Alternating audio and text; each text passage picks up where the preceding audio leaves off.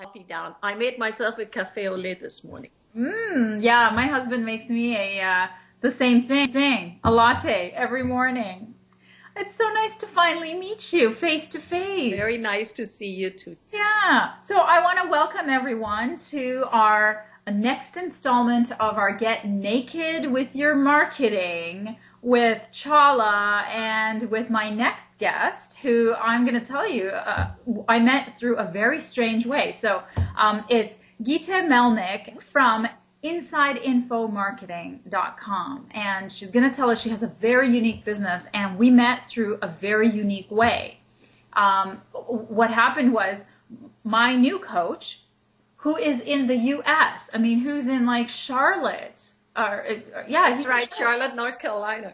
Right, and so he told me about a woman who could help me with my marketing, and then I looked at her website, and she has a 416, which is Toronto, which is where I live, and I was blown away and so proud of you.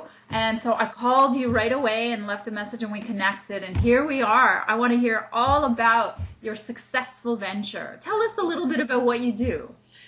Well, I help business and life coaches catapult their business by connecting them to speaking and sponsorship opportunities.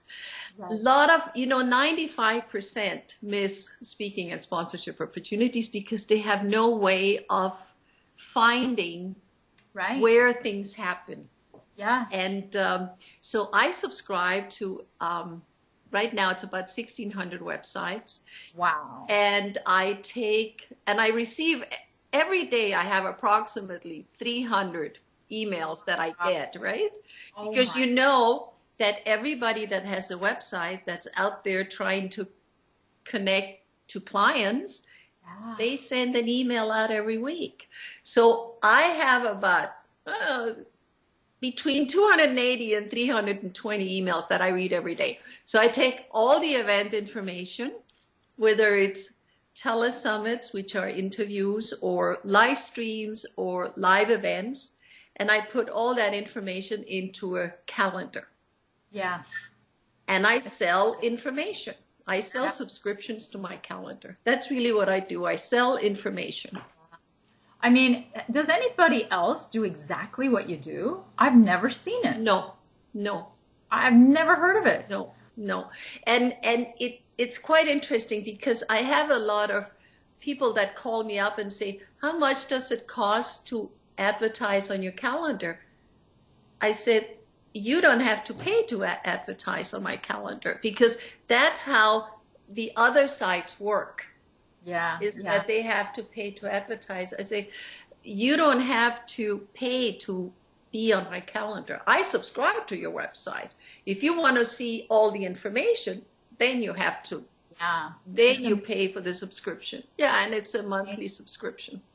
And who's your typical ideal client? My ideal client is a business and life coach that want to be interviewed. Eventually they want to go on stage because they want to present their services and their programs. Right. When they first start out, they can't just go on stage because they don't have a following. So to begin with, they have to be interviewed. Just like you're interviewing me. Yeah. That's really the beginning of it. Nice. You get interviewed, you present your services and your programs, and then people will call you, and then it has like a snowball effect.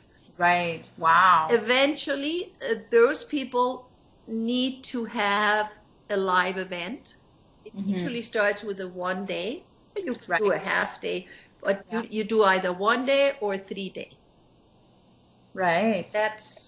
That's what the experts in the industry say. Nice. Yeah. Well, I'm doing a half a day and I'm exhausted already. I know, and you're on my calendar. Thank you for featuring me. I know. I really appreciate that. And and I've just recently been to David Nagel's 1 day, and I swear to you, he had like an army there. Yep. He had a small army there. And so imagine, and I've been to 3 day events, which it's just like you need to be really, really It's well really, staffed. it's really, yes, yes. I attended Suzanne Evans' event back Okay. in Vegas this Oh my gosh. last year. That's Oh like my. a 4-day event. Mm. Chala, 4-day event. It was like Impressive. 700 people. For me, it's great Yeah, yeah, yeah. because that's how I do networking, right? I network. But wait, those are big events. Yeah, I've always wanted to go to hers.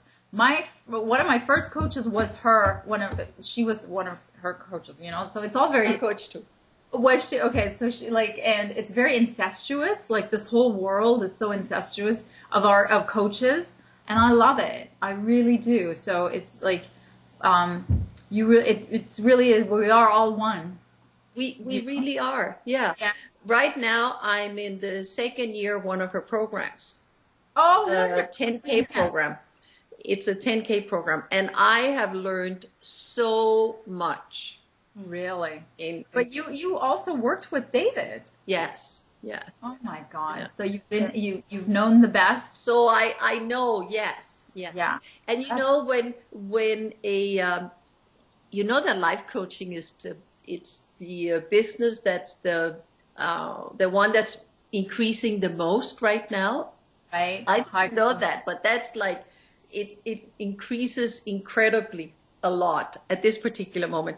And I also read another statistic, like there's something like 174,000 coaches in North America.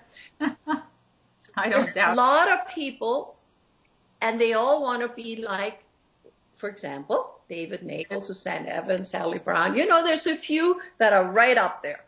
Yeah. So how are you going to get to that point?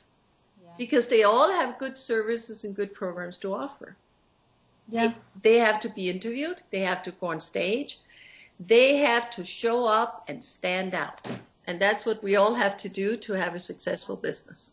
I totally agree. Now, you didn't, get out of bed one day and say, "Oh, I'm going to start this business." So, I'm curious. How did it all start? I really have to say that I fell into it by mistake. I really do. Yes, Oh, yes. Because my husband died about 7 years ago, so suddenly I found myself, I have to do something because I don't really want to sit back and knit and play golf or something like that. That's not me. It's never been me. So I said, I really need to do something, but I really didn't know what I wanted to do. So I had this friend of mine that he came to me one day and he said, I was doing work for him, a little bit of VA work, not a little computer work, a little, I would book hotels or book his flight or something like that. He came to me one day, he said, Gitte, my inbox is cluttered. I am so tired of these emails that I get every day or every week because I subscribe to 17 people. He subscribed to 17 people. His peers, competition, whatever you want to call it. And he said, if I give you the list, could you subscribe to their website and tell me what they do? Yeah. Give me, put it on a spreadsheet. Dates, where they are, cities, what they do, live stream, whatever. Yeah. I said, sure, I can do that. Great idea. That's how it started. And then I had these 17 people. And every time one of these people were interviewed in a telesummit, and usually telesummits, they have another 20 people or 25 people, then I would look at their websites. And then I would start subscribing to them.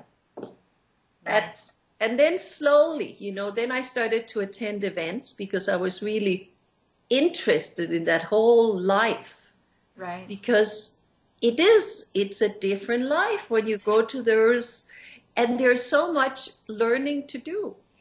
And of course, then I would come home with a stack of business cards and if it's not business cards, a list of names and telephone numbers. And I would get on I would call them up, tell them how nice it was to meet them, go on their website and subscribe. So now I'm like 1,600. So, but it it takes time. There's a lot of work involved, but I love to do it. It's fun. Yeah. Well, I can see your energy when you're talking about it. It's nice. But we're here to talk about getting naked with your mistakes. So being vulnerable, and it's one of the things. And, you know, before we go there, I just want to address the fact that you admit that you fell into your niche, because we talked a little bit, but you don't really know me that well. But what I do is niching for people. So it's one of the biggest headaches of small businesses, that they don't know their niche and they can't find it just by falling into it as luckily as you have. Sometimes it takes them years and years, and they run out of money and steam before they're actually in the right niche. So, you know, what I do is I try to get them to figure it out in 2.5 weeks through, you know, a strategy and research and all that. So I'm so glad to hear you say you fell into it, but thank God it was the right one. For me, it was. But I think the mistake that a lot of people do is that they try to do a lot of things. They try to cover this, then they're life coaches and they're business coaches and they're this coach and that coach, and they cover a whole bunch of things, and it's no good. And I also had that problem in describing what I do at the very beginning. And then I came across somebody and said, just concentrate on speaking and sponsorship opportunities, because that's what people want, Gitte.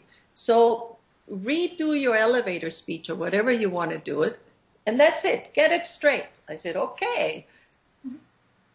And that's why when you asked me what I do, I said, well, I help business and life coaches catapult their profit by connecting them to speaking and sponsorship opportunities. Yeah. Everybody understands that. That's direct and to the point. So what was one of your earlier mistakes, or I should say, what was your worst mistake? If we're going to get naked, what was your worst marketing mistake that you've ever made? I think not being out there as fast enough. You know, you have to show up and stand up. In order to show up and stand out, I felt very uncomfortable about that. I didn't want to go out and stand up and talk about my business or go on stage or do something. I didn't want to do that because I felt uncomfortable about it. Whatever. And I realized after I did the program with Suzanne Evans is that was one thing that I needed to do. You have to work outside your comfort zone. And you have to push the parameters and work outside the box. Be really uncomfortable. That's how you become successful. No, but you were willing to. You were willing to do that. Yes, of course. Of course. Good for you. But it's difficult. Because, but it's a mindset, right? We have to get it into our mind that we can do it. And of course we can do it.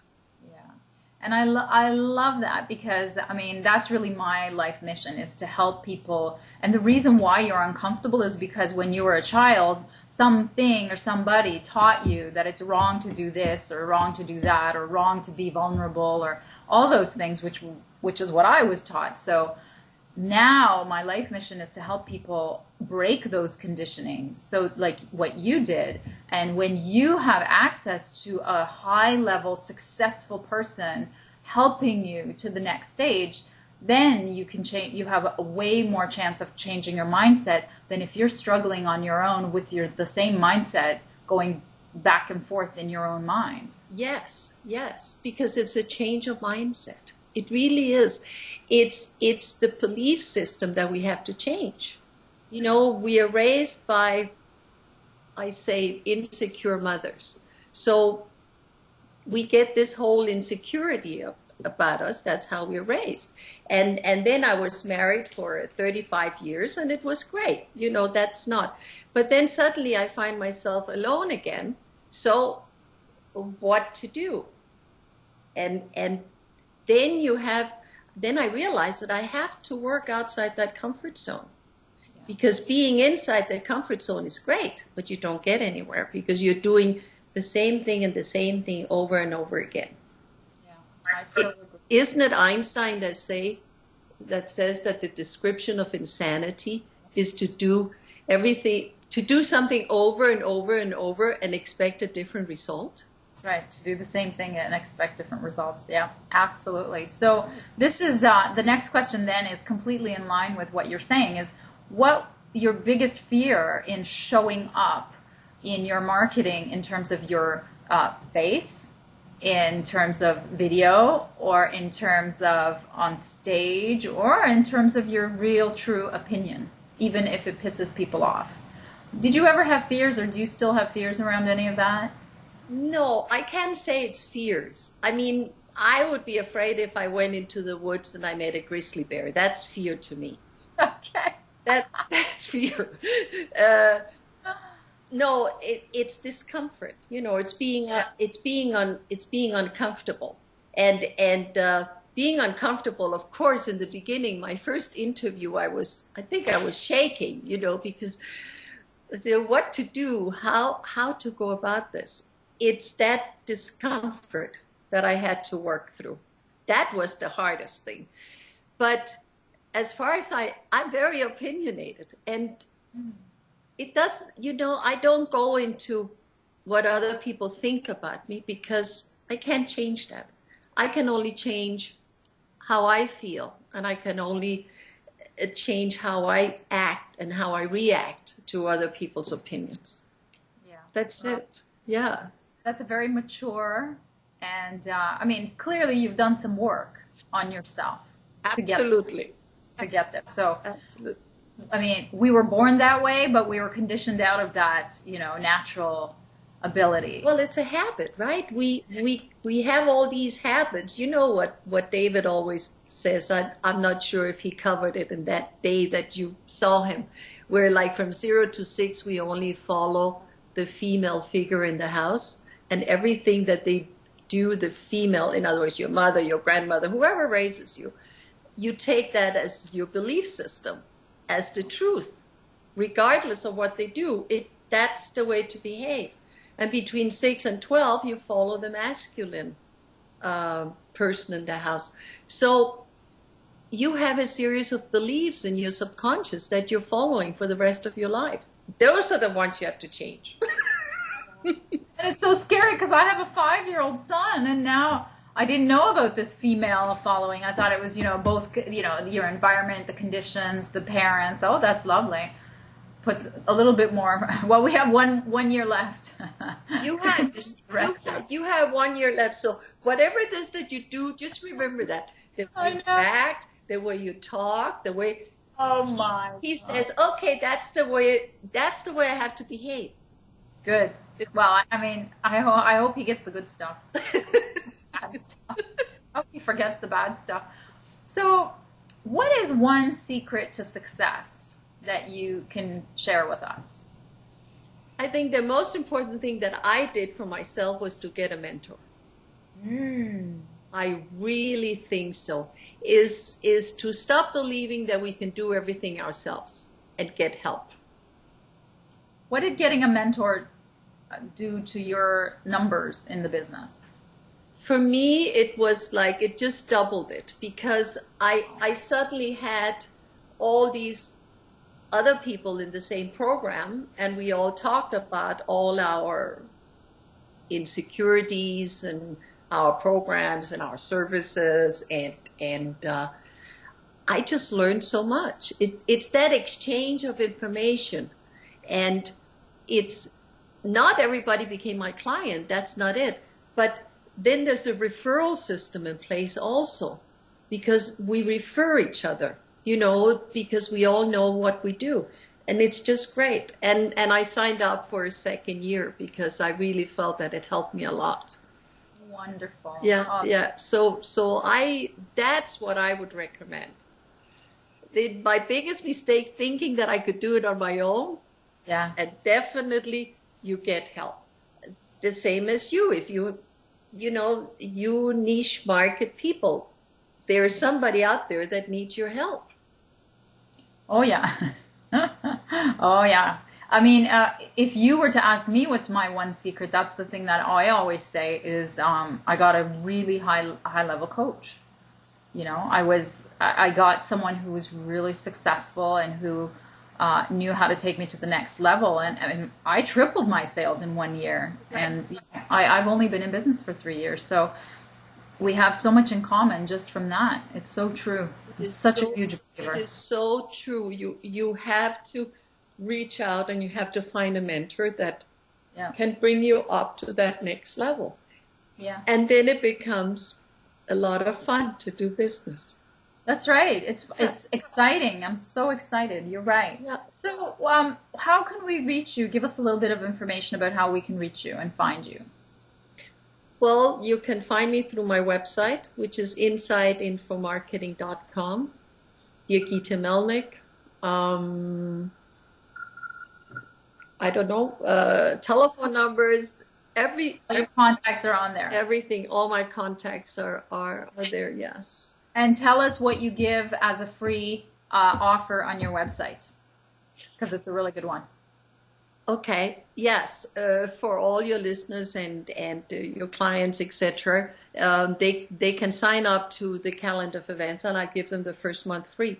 And I'm not sure if I gave you the link, but I will send you the link, and we'll make sure it's in. Yeah. Okay. Yes. Sure. There, because it's always nice for everybody to see what it is that, you know, some people are looking for something. Perhaps it's not in the calendar. There's a lot of information in the calendar. It depends what they're looking for. There's a lot of information. It still boggles my mind that you read, like, do you read 90% of the day? No. How many hours do you know, I read probably about 3 hours. That's it? Yes. You know, because don't forget that I'm also used to the emails. So I'm very good at reading emails. Oh my God. Yes. You must have more information about coaching, the theories. I mean, never mind the events. I know you know about the events, but like the actual articles. If you read any of them. Yes, about the articles, and I read, because I also I have I put out a newsletter every Friday. That's right. Where I promote all my subscribers. All the people I talk about they're my subscribers. And so I will, if they have an interesting article, I will put it in. If they have special programs, I will write about it, etc. And then I write a personal thing also, because people also like to know who am I and what am I doing. So I know that last Friday I was in Toronto eating dim sums, you know, so I wrote about it. I read that. I'm like, because you're not, I mean, you're from Toronto, but a little bit further from Toronto and Collingwood, where they have an amazing Elvis festival, which we were talking about. I know, yes. Every July we have Elvis. You know, it's either Memphis or Collingwood, really. Yes, you're laughing, but it is a huge, big festival. I know. I could not believe it. I know. There was the Army Elvis, the Chinese Elvis. I tell you, it was unbelievable. My girlfriend fell in love with the Army Elvis. Oh. Yeah, I know. Very good. Army was a good era for him. That's when he wasn't, you know, the Vegas Elvis was when he went big. You know, I remember one year I went during the festival. When you go into Collingwood and you go to a restaurant, then suddenly these Elvises come to this to entertain you. They start to sing. It's the funniest thing. And you see the little kids dressed up in the Elvis gear. It is so cute. I know. We just did this is like a tourism plug for Collingwood. You're going to get a whole bunch of people coming. It's tourism, yes. And then, of course, during the winter we ski. And today's a beautiful day. It's sunny. That's true. Oh, gosh, those lineups are killing me. Those lineups kill me. You can go during the week. Yes, I have one of those passes from Monday to Friday. Oh, good. And I sneak out for a couple of hours in the morning, and that's such a great exercise. Yeah, good idea. Yeah, and it's lovely, and there's no radio, there's no television, there's no cells, and I just enjoy the weather and the skiing. It's beautiful, and you can really think and plan the project of the day. Nice. I really like that. Yes. You're giving me some ideas here. I'm skiing. God, no kidding, no kidding. So, what advice do you want to give to people who want to do naked marketing, who want to be vulnerable, but they're unable to get over all the things that you've been able to get over? Their fears, their worries, their discomfort. What advice can you give them? My best advice is to get a mentor. Yeah. Because a mentor they are able to help you to get out of that discomfort. It's somebody that helps you get out of your comfort zone. Work outside the box. Yeah. And what do you say to the people who are even so uncomfortable because they can't afford a mentor that they would never pay for a mentor because they don't think they can afford one? What do you say to those people? I would say go and do it anyway. Right. Because that's an investment in your company. Yeah. It's investment in you. And if you're not comfortable in your own skin, you're not going to get clients. It's so difficult. Yeah. Have to be comfortable, because the people that want your services and want your programs, they also want to deal with a professional person. So you have to show up being comfortable. And there are many different coaches and life coaches that can help you.